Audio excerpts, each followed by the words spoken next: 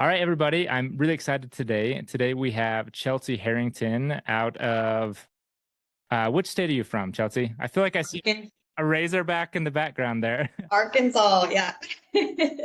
Okay, perfect. So Chelsey is from the farm school at Bell Urban, and I'm just so excited. We haven't had you're a first from east of us. Everyone I've talked to so far has been West Coast or local. Mm, It'd be good to branch out a little bit, and especially out of Arkansas. That's great. mm. Okay, so Chelsey, let's just dig right in and tell us your origin story. Tell us about your program. Thank you for having me. I'm excited to talk about this too. This is a big passion of mine as well. And so I'm happy to be here and chat about um, some of this. And I told Kyle before this, we are brand new. We started in August of 2023. Um, so this is our first school year. But we actually, a group of us actually came from another nature school Okay. in Arkansas, um, in the same town, and we just kind of wanted something different than what was being offered there. And so me and a few other ladies helped start the farm school. Kim McKinnon is our owner, and she owns Bell Urban Farm, Okay. which is a urban farm, an urban flower farm in Conway, Arkansas. Um, What does that mean, an urban farm? so urban farm means that it's like in a city, like it's technically. Yeah. So it's right on like a busy street. The school isn't. We've got they're safe, but the farm, uh, her farm, Bell Urban Farm, is like on a big busy street. It's right across the street from like the public library, the main branch in Faulkner County. And there's like train tracks. There's a busy train in the back, and you can hear the train go by, and so it's very urban. Yeah. When you think of a farm, when you first think of a farm, you think like, you know, just wooded area or forest or, big field. And it's not that at all. And she specializes in like cut flowers. Okay. Um, but they had a house that the family lived in that's on site that they have lived in and raised their kids in. And she was like, I'm thinking about moving out. They have some land in a nearby town that they were wanting to build on, to kind of separate from being in their like at their business all the time. Sure. And she was like, we're thinking about moving out there, and the house would be a perfect little schoolhouse for the farm school. And so, anyway, this summer we kind of all decided that this is what we wanted to do, and it kind of happened really quickly. But the farm school was created, and like I said, we started in August, so Yeah. it's going really well so far. That's really exciting. So, but Yeah. you personally, I mean, you said you maybe came from that type of background. So maybe explain a little bit how you got into that and that development. Yeah, I am actually a pediatric occupational therapy assistant by trade. So my son is 6, and like before he was born, I've worked in pediatric occupational therapy ever since I graduated. So several years in that. And when I had him, just really uh, raised him kind of outside. I mean, not like we didn't live outside or anything, but had him outside as much as I possibly could. And I really started seeing, wow, we're taking these kids in a traditional therapy setting and we're bringing them inside a clinic, and we're sitting down and working on all these goals. And I realized once I watched him develop outside, basically, I was like, we're trying to mimic everything from nature inside of the clinic. Like everything that they need to develop is Yeah. outside. And I started becoming really passionate about kind of sharing our experiences on Instagram, and really advocating for like coaching parents in the therapy space on this is what can happen when you get your kids outside, and helping like remove some of those barriers.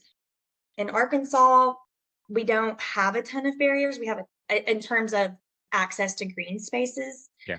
We have a ton of green spaces here. I mean, we're the natural state for a reason. So I started doing that, and then I started realizing when it came to his schooling, like as he was inching closer and closer to school age, I was like, what am I going to do? Because nothing was around here. And really, it's taken a lot of effort, and it's been hard, but I've kind of been like, okay, if it's not available for my son, I'm going to try to make it happen on my own. Yeah. And obviously, I need a community to do that. So started looking around, and helped do there was one school that had just started, and so we went there, and I helped create a nature tykes program for them, so a preschool type program. Basically, it was like a Mother's Day out. Hmm. So we did 3 to 5 year olds there. And it just affirmed like everything that I had been like. It was just watching these kids outside and the skills that they developed, and it was just amazing. And it just fueled my passion even more. Yeah. And then that's when I was like, okay, I really need to get a plan for my son who will be kindergarten age. This is the first year he's been kindergarten age. And so then we made the farm school happen, which is more of it's small. So I don't know if have you heard of like the micro school movement that's been going on since the Yeah. pandemic? So I don't want to say that that's what we're striving for, because we're kind of meeting the needs of the people that helped form the school and their kids, and we don't have a lot of space. Okay. Um Was it more of like a co-op feel that like parents are kind of involved? Not really. I mean, it really is modeled like a private school model. We have a teacher, and then I am the nature play facilitator. So we've got, two teachers if you count me. Um, we want parent involvement, but it's not really set up in that way. We've really tried to make it more of a private school feel, if that Yeah. makes sense. Yeah. Because we feel like that was a little bit higher standards for what we were trying to provide. It's just a different offering. And just for what we wanted. And so it's just a small, so we're really small. There's 8 kids enrolled this year. And we're really kind of enjoying that. We weren't sure how that was gonna go. But it's kind of nice Yeah. because they range in age from 5 to 8. Um, and it's really cool being able to individualize their learning and their skills. And outside, I can really tailor the environment for where they're at. Yeah. Um, and I like that a bit. We're a smaller campus. We have a smaller forest area to play in, but uh, it works really well. I mean, it's a testament to you don't need this huge area to do farm school, nature school. You can do it in a smaller space too. Yeah. So how big? You're saying small. Is this the quarter acre, half acre? Um, Right. well, I would say it's about an acre Okay. max. But it's also like kind of tricky because we have this field beside us. It's a big open like mowed field Yeah. that the people that own it have a really good relationship with our owners, and they don't live here, and we have access to that field for like parking and for the kids to like run around and play in. Sure. So if you count that area, it's a little bit more, but we wouldn't want to grow anymore by saying like we had that area, if that makes sense, Yeah. because it's not technically land that we own. But it also is just a field, which is it's nice for certain things. But the forest, like wooded part of it is much less than that, but it's enough. Yeah. So do you with that environment, are you intentionally setting things up or any kind of like structures or, fire? I don't know, anything like that? Or is it just, hey, it is what it is and the kids make the most of it?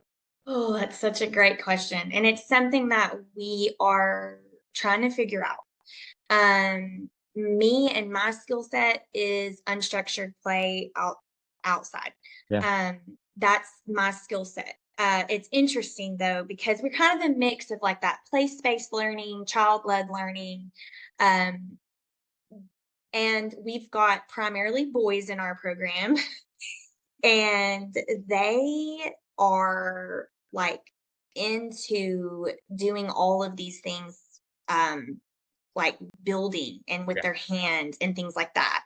And so, whereas last year when I was working with the younger kids and it was mixed genders and just like mixed interests and abilities, I was able to kind of do these provocations, so to speak, where I would kind of set out these open ended items. Um, and a lot of it like art or sensory based to be outside in, and the kids would just go with it. And this group is interesting because it's like I will set out art invitations, and maybe one or two of them will do it. They'll mess around with it for a few minutes, but they immediately want to go out and get the hammers and get the tools and get the tarps. And I'm not forest school certified, but I do provide all of this stuff within my range of knowledge and what I feel comfortable doing with them. So they've got access to hammers, kid size hammers, but they're real, um, tarps. Um, they have access to bungee cords is a big thing that they like, ropes. Useful. Yeah, we just set up the fire pit area, like, even the campus, we're still trying to figure out, Yeah. so, um, I don't know about much about fire starting, but we're gonna start fires, like, I'm gonna the grown-ups are gonna do fires and, like, little simple, like, campfire snacks Sure. starting this semester, but we're actually doing parent survey, and we're asking, like, what are parents wanting to see? Like, this is the things that we're seeing that the kids are interested in. And if it's worth our time for, somebody like me or our teacher or whoever's interested to go and do more of like a forest school type training, we would be happy to do that. And honestly, I kind of want to do that anyway, because I also do summer camps on Yeah. the side through a therapy clinic, outdoor camps, and I'm looking to like broaden my skill set. So Gosh, I have like a million questions after everything you just said, but maybe let's keep on that right there. So, okay. what is Forest School certified? And then how are you having a relationship between your forest school and a clinic? That's something I've never come across before. So yeah, so you can go, so there's different like I never say the word right. That word. There's different types. So like there's some schools that are like nature schools, and there's Sure. some schools that are farm schools, and typically and forest schools, I mean. So typically when you hear of a forest school, the teachers are they may or may not be, but most of the time they're forest teacher certified, and there's a bunch of different trainings available online and in person all over. But those types of trainings are more about how to do skills based things outside with kids, which is different than, doing unstructured child led invitations outside. Right. And so we're trying to figure out if we want to incorporate pieces of that model. And so that would look like teaching a teacher how to do fire starting. That would look like teaching a teacher how to do like tying different knots and like doing different mm, things like that to expand on what they're already doing outside, Yeah. if that makes sense, if that answers your question. And there's different levels. So like from my understanding, there's like 1, 2, and 3, and maybe you can have somebody on who's actually forest school certified that can talk a lot more about this. but I find it really fascinating too. There's different levels, and with the different levels just come different skill sets. I see. Yeah, Okay. that you learn. Yeah. And then the relationship between potentially a clinic and a nature school. Yeah, so it's really cool. So occupational therapy clinics, physical therapy clinics, usually there's all three: speech therapy, physical therapy, and occupational therapy. Um, there's actually one in Northwest Arkansas called Rewild the Child, and they are a total outdoors occupational therapy practitioners. It's Rewild the really child. That's really cool. I love it's that. amazing. Like if I lived in Northwest Arkansas, I would be working with these ladies. They are amazing, and there are occupational therapists all over the country that work with kids outside. Okay. Like that's that they do that. But they also, you can do, it's a great way to offer little mini, they call it mini forest school.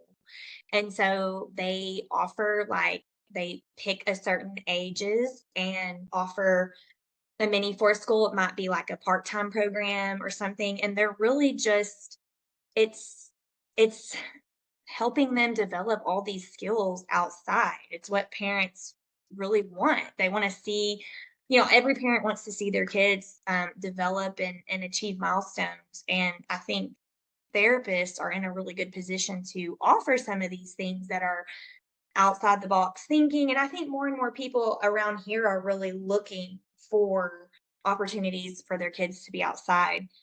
What I did was I advocated for, I aligned with a play-based therapy clinics, very forward-thinking therapists, here in the Conway area.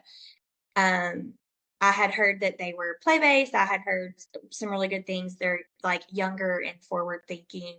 And I approached them and was like, how would y'all feel about um, me facilitating nature camps for kids in the summer as an enrichment offering? Sure. So it's not like they're not, we're not working on goals. It's not therapeutic, so to speak, but it's an enrichment offering. And I started that last year, and that was really, really fun.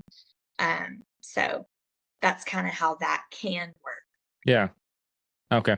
And then with you're saying that your niche is kind of the unstructured play, and that's how you put it, right? Unstructured play. Yeah.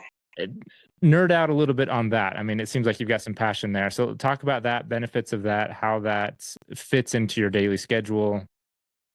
Yeah. Well, I mean, their kids these days are just, packed with schedules Mhm. and activities and routines and all these things that they have to do. And unstructured play is becoming more and more, it's the thing that just kind of gets pushed to the side, right? When we're thinking about they're going to school and they're doing their after school activities and they're doing their sports and they're doing all of these things.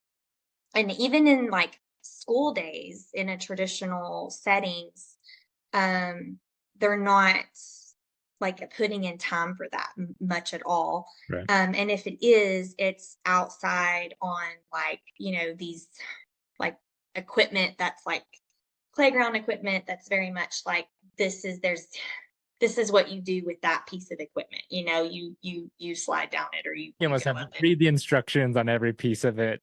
Yeah, yeah, yeah. I feel like that comes down to liability. It's like, well, they didn't read the instructions right. That's why they go. yes, yes, But you never yes. sit there climbing a tree in the schoolyard like that. You can't do that. Yeah, yeah, yeah, yeah. And I get there's liability and all that too, but the benefits of unstructured play in kids is just too numerous to even. I mean, it's amazing to me. And I'm not good with like data and statistics and stuff, but it's also just very intuitive for me as a parent to offer that to my child and to watch the benefits of that. Mm.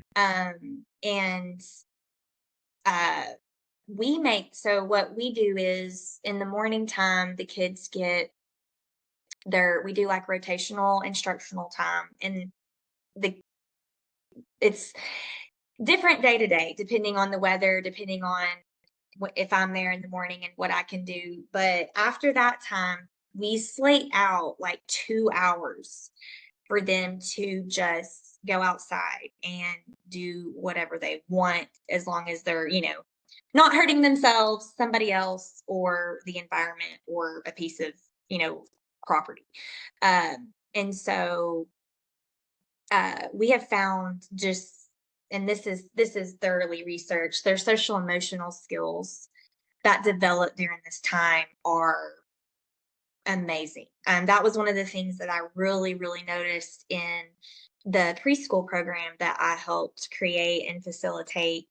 The social emotional skills that are gained when kids are allowed to play together, um, without somebody telling them what to do or how to do something, and also having to uh, share materials, but like we're not forcing sharing or anything like that. It's more like here's all the materials that we have, and they have to figure out a way to kind of work as a group Hmm. to use those materials.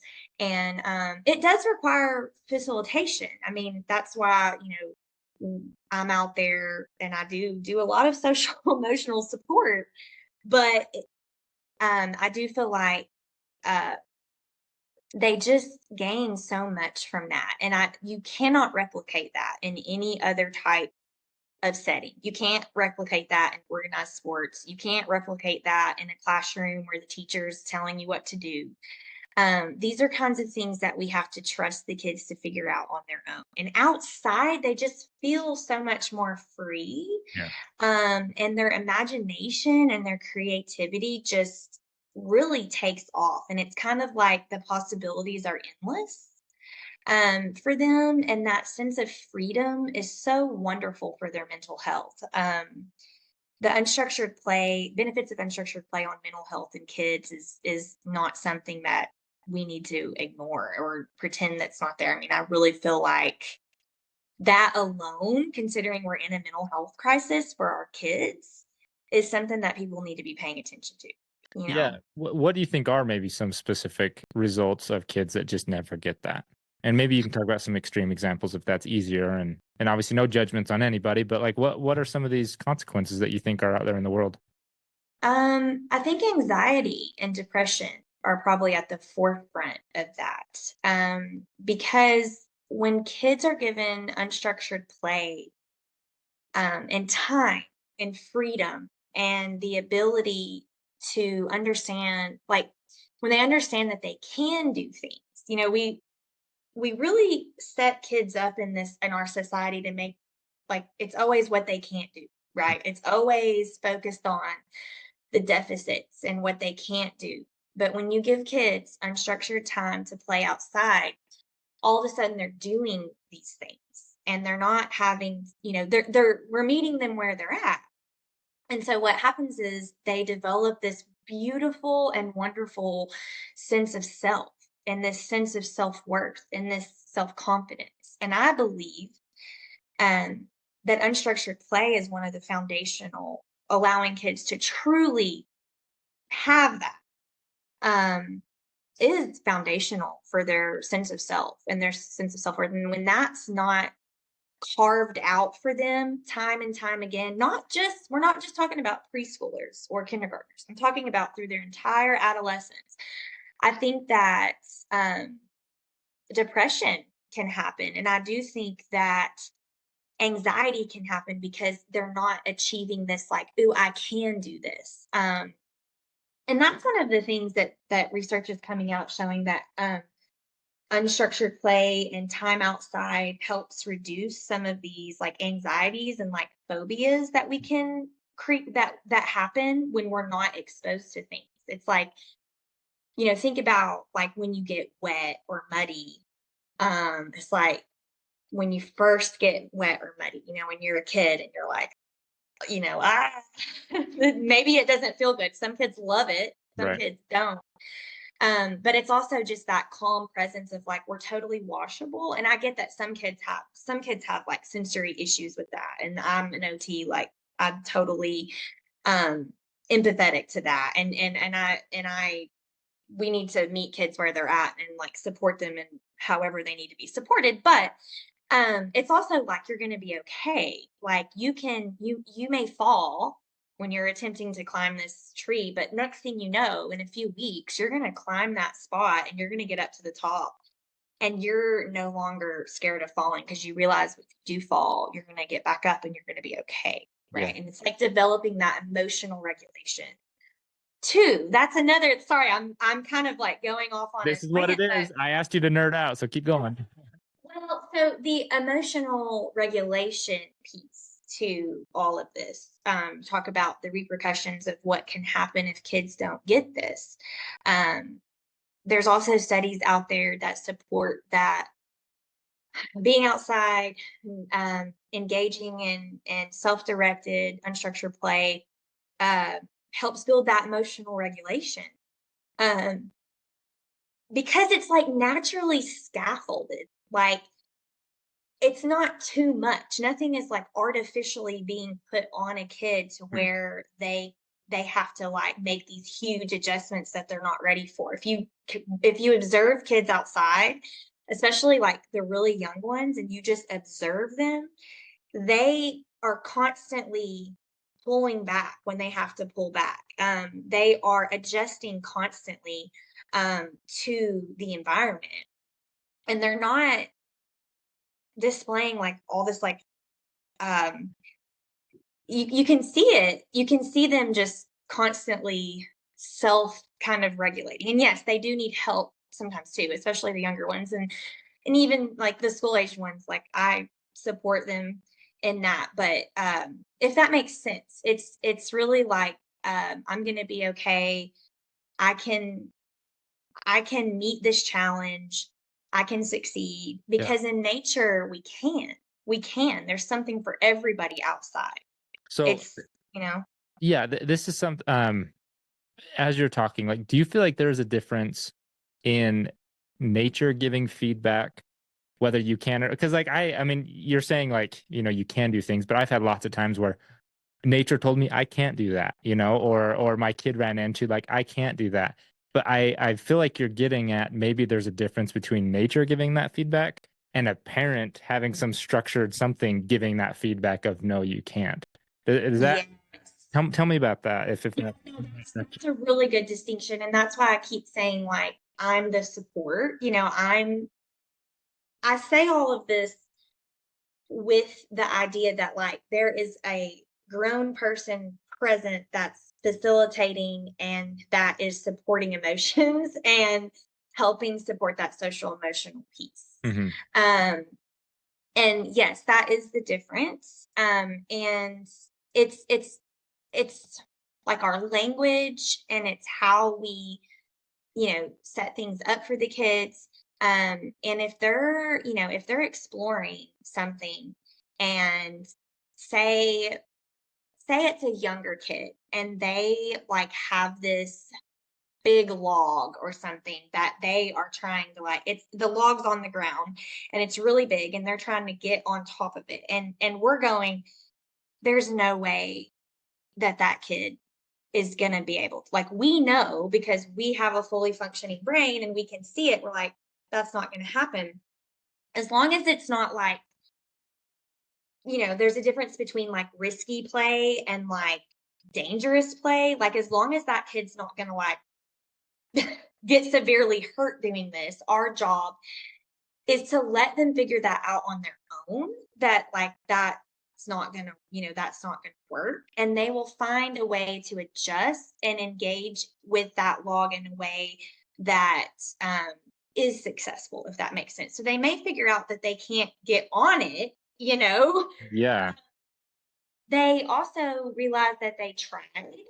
And maybe we do. Maybe we help them sit on it with them, and we engage with them on that, or we hold them as they walk across, and then just maybe like they're still engaging with it in a way that feels good for them, but we're not sitting there being like, don't do that, get off of that, you're gonna fall, you're gonna break your mouth. I hate when people say you're gonna bust your head open.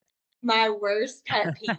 But you hear it all the time, and Yeah. it's like we're trying to make our kids more confident in what they're doing outside. We're not trying to scare them. If I heard that as a kid, I'd be scared to do anything. Yeah. So it's providing that support, if that makes sense, and Yeah. watching our language and things like that, um, Be- and bes- showing them the things they can do. yeah. Mhm. Besides doing some similar things with my own kids, I've had experiences in more like wilderness therapy with Ooh. teenagers that are struggling emotionally or substance abuse or whatever. And Oh. the differences that I've seen in those scenarios versus a more therapeutic controlled setting is in nature, it's more of a we, like me and you as the client against nature. And that Yeah. can make all the difference in the world versus when you're in a therapeutic setting, it's me versus you, and that's it. And Yes. I'm wondering if that's kind of applying in this same, with this conversation. Yes, and that's so good. It's that co-regulation.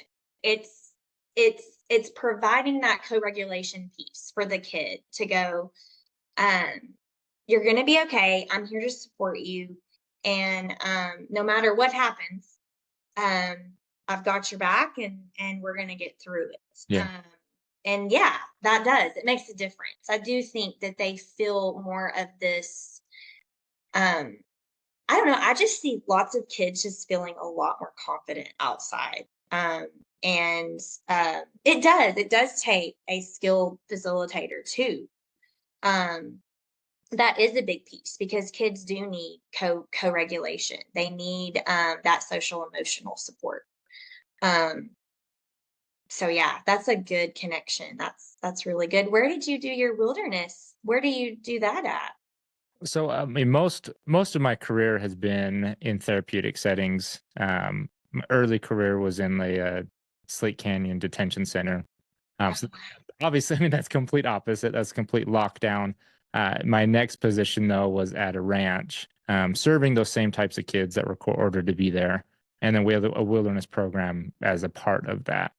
And then I've had, other similar jobs after that, but that's where I was able to see the differences of one complete extreme of complete lockdown and every aspect is controlled and everything is me against you as the client Mhm. versus doing and the ranch was a little bit more middle ground because yes it was pretty controlled but it was definitely like we've got to get these chores done.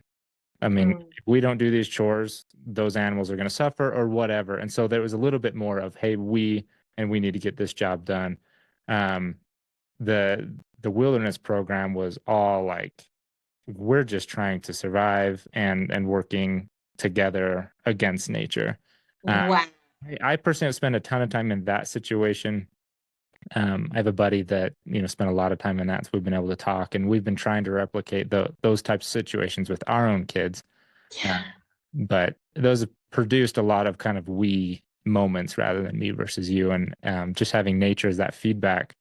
But I Mm. feel like it's really come down to um, when I tell especially my son, when I tell my son no or set a boundary, there's always a layer of mistrust and always a layer of like, oh, well, dad, are you going to do that later? Or like, I mean, I tell him, we send him to bed, but he knows I stay up and watch TV. Like, he knows Mhm. that there's some hypocrisy in the things that we tell him, no, like, don't eat that junk food. But Mhm. he knows that sometimes I stop by Harmon's and grab a maple bar, so like, there's like always that Yeah.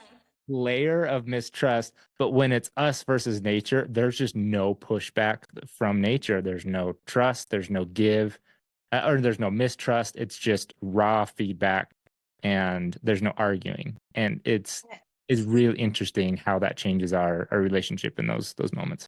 I mean, he's Yeah. a lot of times he's pissed that I took him into the nature, but Mhm.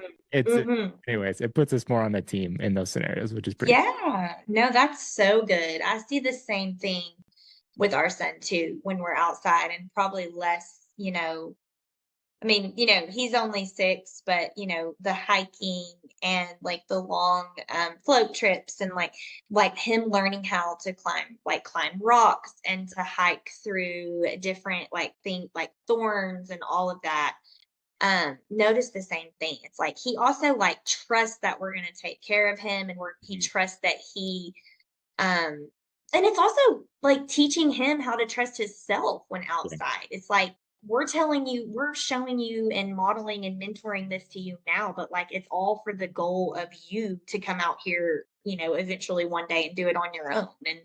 not be scared of this stuff and to be empowered that you know how to navigate it, you know what to do.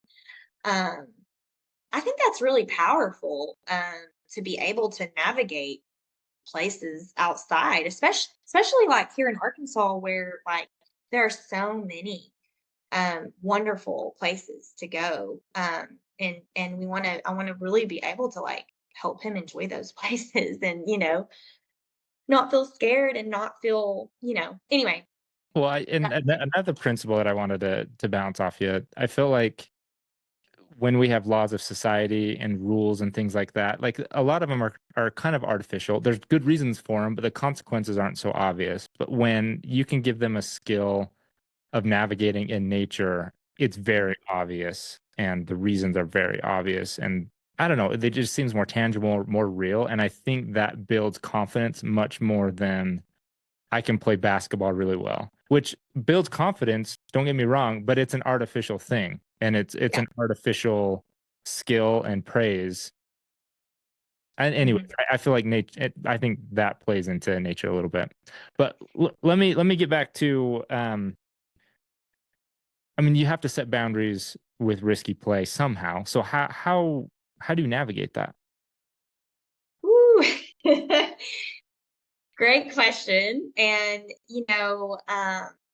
everybody seems to have a different,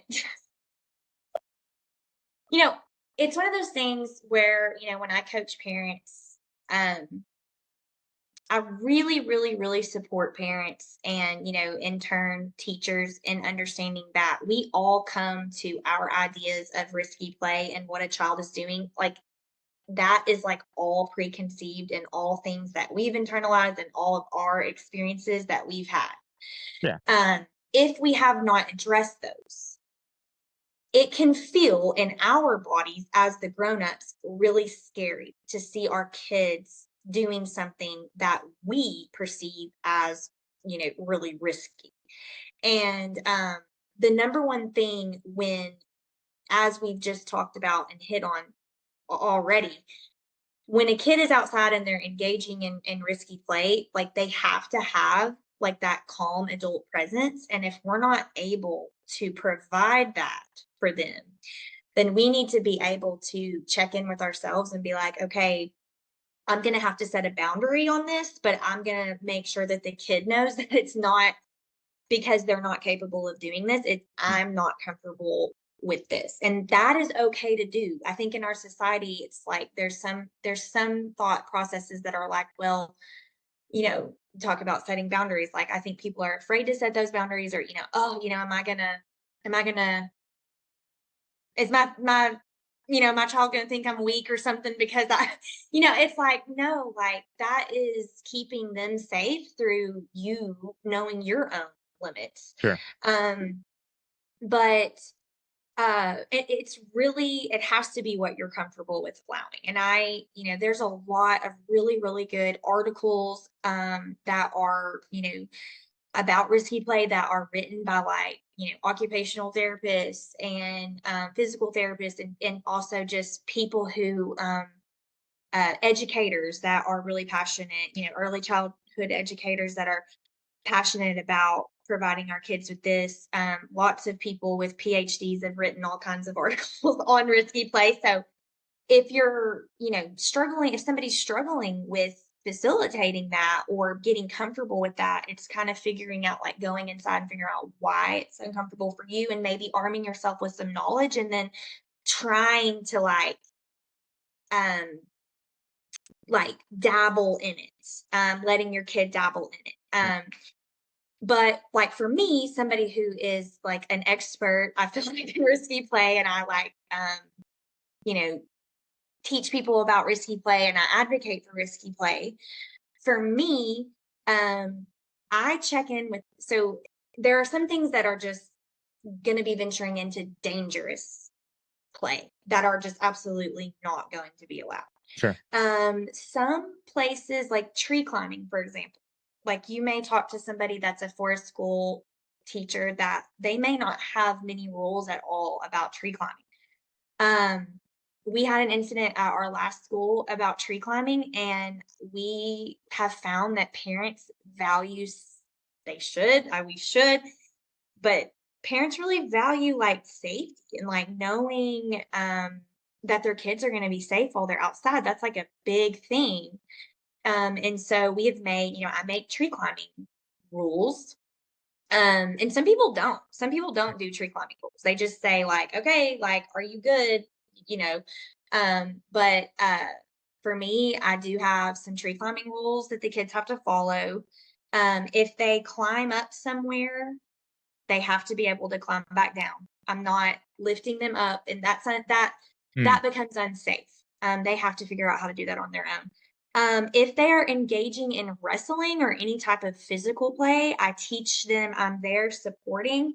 There are things that aren't allowed. You're not allowed to push somebody's head down. You're not allowed to kick. You're not allowed to um, do anything where somebody would get hurt and I teach them how to check in with each other and check in with their own bodies because a lot of times when the kids get into risky and especially like physical play with other kids, they are so in the sensory moment that they kind of lose themselves. Hmm. And so it's my job to observe and to, especially like when you know your kids, it's like, okay, like this kid is going to repress, this kid's not going to say anything unless I stop it. Like, and so I do constant check-ins and then, What does that look like? do it. What does that look like? Check in. Be like, "Hey, everybody pause for a second." If I feel like it just really depends on the scenario, but if they're all getting really fired up and I've seen a couple things, I'll say, "Everybody pause. I want everybody to check in and ask each other, are you still having fun?" Hmm. "Yes, yes, I'm still having fun." "Okay, you may continue." Um, if I see a kid doing something where they are doing something that I feel like the other kid is uncomfortable, and this is any kind of physical play, not just wrestling. I'll teach them to stop and say, "Is this okay with you?" Or I'll teach them to stop and say, "That doesn't feel good. Don't do that." Teach Um, them to do it. yes, but I also have to constantly model it. So Sure. I'm modeling it depending on the kid I'm having. And some kids just aren't, they're just not comfortable speaking up for themselves. Mhm. And that's, yeah, I mean, so it's That's a skill constantly. that you could potentially help them with as well. Yeah, so I'm teaching them how to speak up for themselves. I'm saying the words out loud. Um, and then eventually you'll see them start to do it. Which is really cool. It's that social emotional piece and it's also advocating for themselves and it's keeping themselves safe. Or then I'll just do like a body check-in, like everybody check in. And sometimes that they have that group feel and it's going to be hard for someone to speak up because if everybody else is doing it, I want to do it too. Yeah. Maybe pulling that one aside after the activity and really like having them check in with themselves and giving them the tools on what to do next time or just helping them kind of make that connection. It's not really like fixing anything because nobody's hurt. It's just more like helping them make that connection like, that didn't really feel good when so and so, kept doing that after I told them to stop or Mm. whatever it is. Um, and then we have rules on tool use, which is also considered risky play. There's rules on tool use. I teach them how to store the tools. I teach them how to, um, like, there's just certain things that they have to do when it comes to the tools. They can get really risky with the tools.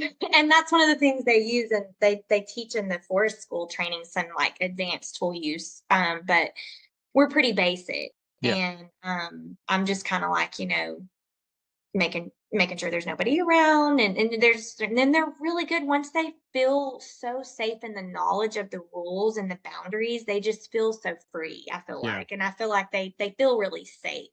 They're like, "Oh, okay, I know how to do this." Like, it's a privilege to get to do these things, and I know how to do this, and, um, yeah, so that's if you have any more questions on risky play, I might have gotten off on some other stuff on that, but, No, I was gonna say once we trained them basically to use the safe word of stop, please. I mean, yeah. words together because like a lot of times it's like stop, stop, stop, but you really don't mean stop. But once Yeah. understood that those two words together, it's like hands off, we're done. And once they trusted each other enough that they would respect that, like everything was so much more free and just so much Yes. fun, and they could push their limits and get right to the edge but know that they could stop it at any time.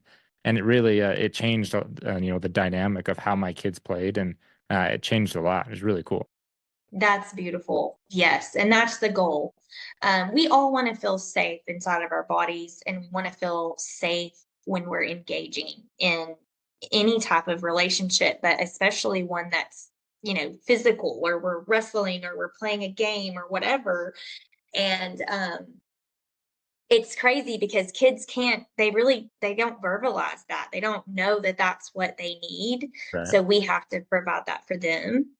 And, in a group setting where it's not siblings and it's constantly, especially it's a bunch of boys, Hmm. I'm constantly, and I don't think that it's not done at home usually in the same way that it's done here. Not saying that the parents aren't great and then they're not trying, but a lot of times some of this stuff is not, you can tell when it's not being facilitated at home. And so those are the kids that take a little bit longer and need that constant Yeah. reminder. Well, I've definitely, been hearing about and reading up on just the absence of rough and tumble play, whether it's a father not in the home who actually usually naturally does that, Yeah. but then also with the lack of cousins, that's kind of the way where you would rough and tumble, and you got some age and interact with that.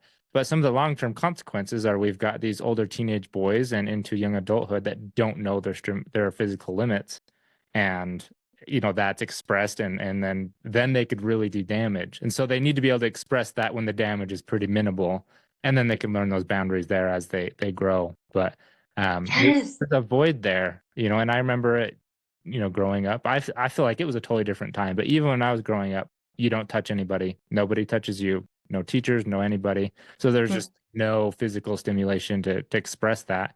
But luckily I had a dad. I had, uncles and brothers that we just pummeled each other, and that's where I got that. But I feel like that's disappearing. Wow, what a great point. And it's so true. Um, yeah, it's not allowed in schools. In fact, a sad story, um, public schools around here, a few months ago, I found out we have a friend that it's a different school district in the state, but they have a little boy that just is kindergarten public school this year. And there was a handful of children that went to in-school suspension in kindergarten, Oh geez. in kindergarten for which that in and of itself I know. is like, That's a problem.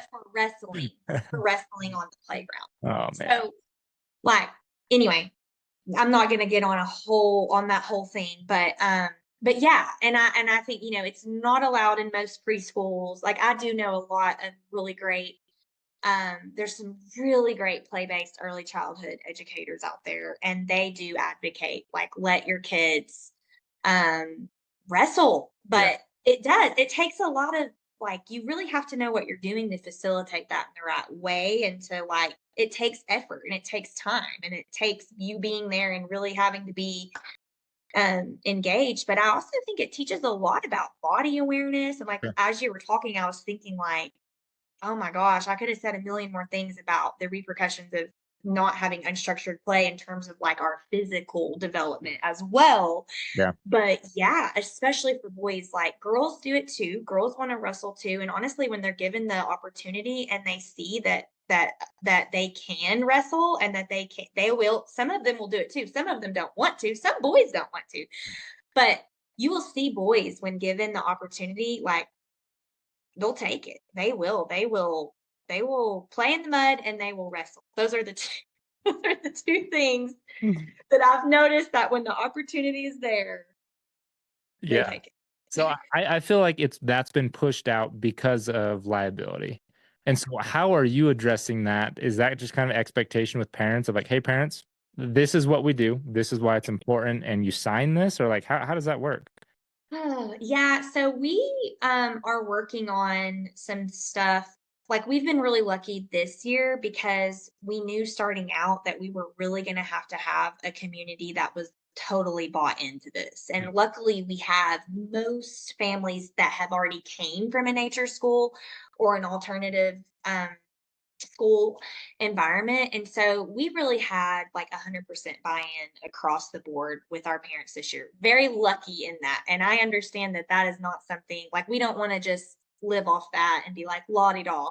So we're working on different elements of things to put in the handbook and things like that. And it's not necessarily like signing off on stuff, but we do want to like we do educate about the benefits of risky play and the benefits of tree climbing and things like that. Um, and really, like in our meetings, when we bring up, when we, our teacher has parent meetings, we discuss those things if they come up. But um, this year, it's not been an issue at all because Yeah. they're all like, yes, please let our kids wrestle. Yes, please let them get muddy. Yes, please. And that is not like that everywhere. We're in our own little like oasis right now. Yeah. But I do know of places that, they just do a lot of like parent education on it. Um, and answer the questions and just like here's why we're doing it and here's the benefits and here's what we've seen your child improve on since allowing these kinds of things. Yeah. So I know that can be really tricky for people and can be a barrier in um, allowing kids to do a lot of this stuff. Yeah. Is that something that you're like, where does your liability kind of stop with that stuff? Do you know the exact kind of details, the line? Like I don't know those things. No, so we are so in Arkansas, like private schools are really kind of like you can kind of do whatever you want without I mean, if we wanted to be like state if we wanted to be what's the word? Not certified, but I guess certified. Sure. We would have to abide by certain state guidelines to be on a list to get like certain things like Yeah. scholarships for kids and stuff like that. But you can kind of like just like they do with the homeschooling around here, you can kind of um, do what you want. And so that's why it's been really important for us to research and try to implement best practices as best we can. And if there's not rules around something, we're making our own. Yeah. And we're communicating that with parents and we're putting it in the handbook and we're communicating that with kids and learning about best practices and how to do all of that. Yeah. Well, Um, it might be a little bit like, you know, wrestle like actual wrestling, like the wrestling team in practice, or football, or tennis, or whatever. It's like, yeah, that kids can get hurt during that, but it's the expectation. Like mhm. you're on the wrestling team, you're playing tennis. Like, of course you're gonna get hurt. So Yeah. maybe it's more just like that category of like, hey, this is just part of our program, and Oh, yeah. the bumps and bruises.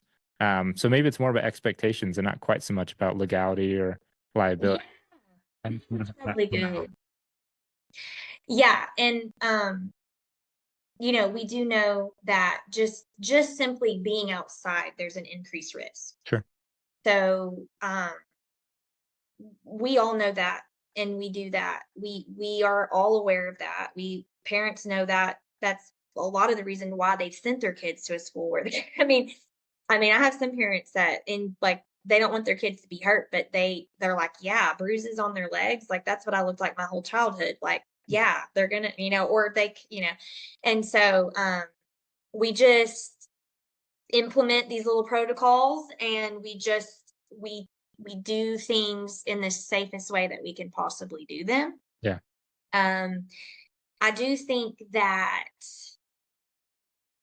around here, and I don't know about in other places, but um, I do think that that issue is something that I think parents, when they're looking at nature schools, looking at farm schools or forest schools or whatever, I would be asking questions about safety and protocols and things Definitely. like that, Yeah. because some are not. I don't think that it's like, it might be like, oh, yeah, like this sounds really cool. Let's do this. But they haven't thought about some of those other things. Yeah. And it's really important. Like safety has to be number one.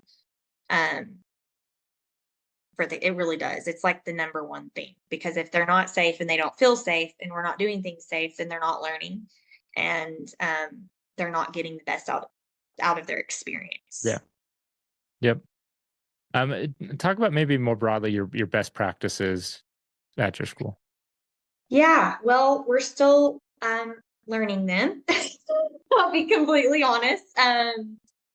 But so I would say what we're wanting to do is, so I've created, me being the nature play facilitator, we have like kind of broken down, and I kind of already touched on this, like each thing that the kids do or could do or are exposed to. And create safety guidelines and protocols around each one of those things. So, like tree climbing, tool use, weather conditions, things like that. Yeah. Um, and the social emotional learning, we really try to do best practices in that. We aren't necessarily like trained in any of the like things that are out there, but with my occupational therapy background and just being a parent in general, and like reading a ton and ton of like all the latest emotion science and all of that, making sure that we support the kids social emotionally and best practices is really important to us, especially at this age. And so that looks like, not putting, like, not shaming kids, not putting kids in timeout, not doing like these like harsh discipline things. It's, that kind of thing.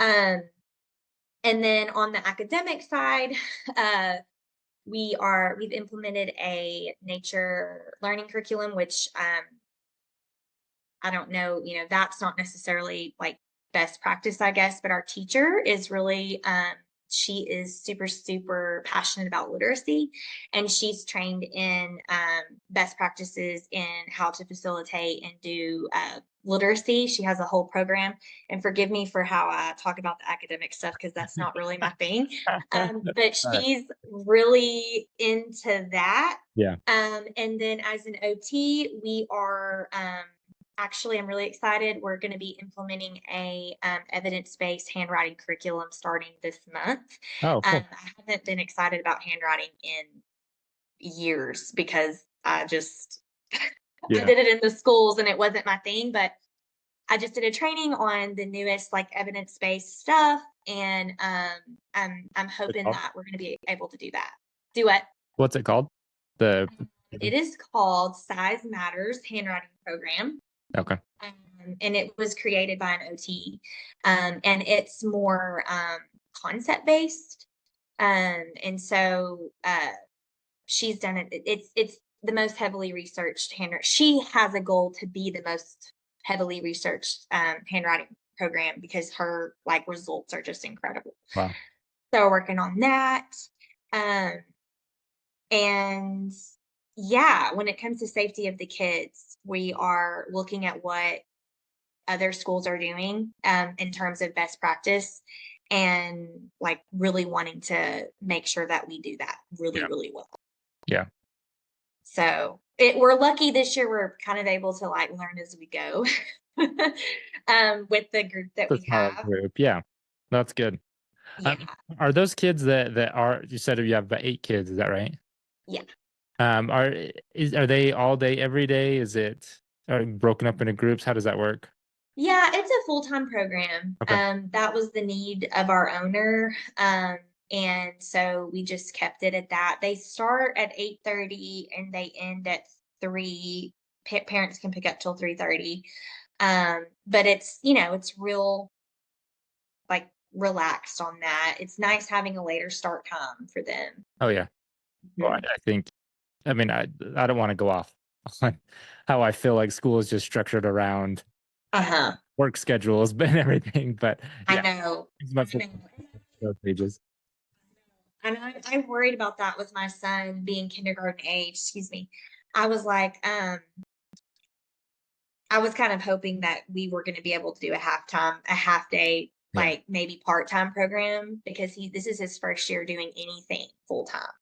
And, I don't even work full time. And so I've gone back and forth about that, but I've really felt good about, I think this is the best thing for him right now with compared to everything else out there and what his other options were. And so we just keep it as like relaxed and as calm and as good as we can for them. We just don't want it to be a stressful thing. And so the idea is to maybe kind of looking in the future a little bit. The idea is to, I mean, to replace or be an option to public school or full time school, right? And then what grades are you hoping to go up to? that's a great question. We don't know. It may be one of those that we grow with the group that we have and we don't necessarily, we may add one or two, but we kind of just let the teacher grow up and it may be an elementary Yeah, aged thing, all the way through just elementary. And then if we're at a point where we can hire another teacher, probably two teachers to do middle grade stuff. I don't know. Who sure. knows? I do feel like we are a group of parents that are very much filling the need that we want for our kids. Yeah, And I just believe that if we keep going on this path, we're gonna just make it happen. And it's better than a homeschool option for us because my son is an only child. yeah. And I just don't think that was gonna work. I don't think he would enjoy it at all. So anyway, we'll see. I think we're gonna kind of see where it goes, but I'm excited to see where it takes us. So yeah. Well, great. I feel like I didn't even look at my list of questions, and I do think we hit a lot of them. But man, we just back and forth that whole time. That was wonderful. I really, really appreciate that. I Yeah. do want to make sure I ask my last question though. This is something I really enjoy asking everybody, so I always want to make sure I hit it. Um, and this does not have to be related to anything we've talked about so far. It doesn't have to be related to schooling or whatever. This is just kind of you as a person. And so Okay. the question is, if you had one concise message that could be broadcasted directly to every individual in the world, what would that message be? Oh yeah, I've been thinking about this. Good. That makes me happy. um, I would say to remember to take back your power, whether that be as a parent or just an individual. I think in our society these days we're just like inundated with all this information, and I think it's been really healing. And we've talked this whole time about me kind of forging my own path. And I think it's time for parents to take back their power and to realize that you are the best parent for your kid, and you can make choices that reflect that, no matter what the rest of society is doing. Because it doesn't matter. It only matters what you and your path is. So yeah. That's perfect. Chelsea, Mm, thank you so much. Thank you for your time. I really, really appreciate it. And thank good luck. you. Sounds like you guys are having a great time. Thank you. I enjoyed it. Okay. All right. We'll see you. Bye, everybody.